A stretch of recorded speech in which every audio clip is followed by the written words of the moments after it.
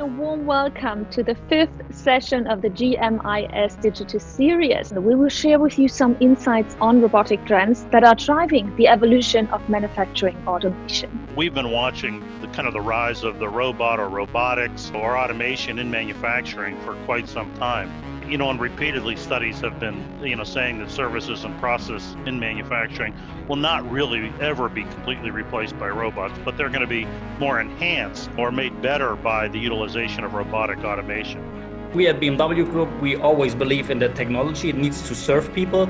On the one hand, we don't want it to replace the people. We would rather strive for the best division of labor, which would mean robots can do the repetitive tasks which are physically demanding, but only the human being can see, for example, our products, which is cars, with the eyes of the customer.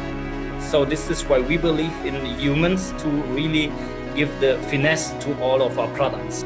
As companies move into what we will call the recovery and thriving phases of the down that was caused by the pandemic, they're going to increasingly look to different kinds of technologies like AI and automation to really support their journey and do it in a safe and effective fashion.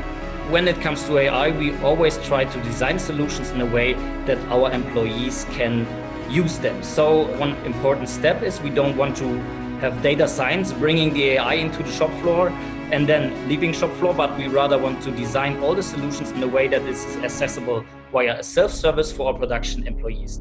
In our ongoing studies as it relates to the state of artificial intelligence in the enterprise, we've identified two major impacts that are benefits to manufacturers. Number one, better decision-making capabilities, and number two, a reduction in process inefficiencies.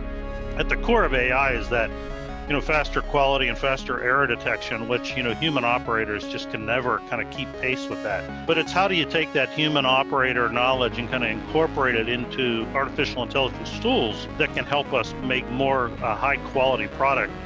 It's much more about how to maintain employment and how to make things better and maybe increase the opportunity for employment versus decrease the opportunity for employment. On the one hand, we see modern solutions can be much more robust, can be easier to ramp up than more or less old school solutions. So this is why AI will really find its way into production. Manufacturers are really very innovative people, and they will continue to explore how advanced technology will be utilized to increase efficiency and productivity with humans as a key part of the process. And I think the COVID pandemic world of today has thrown safety much more to the forefront.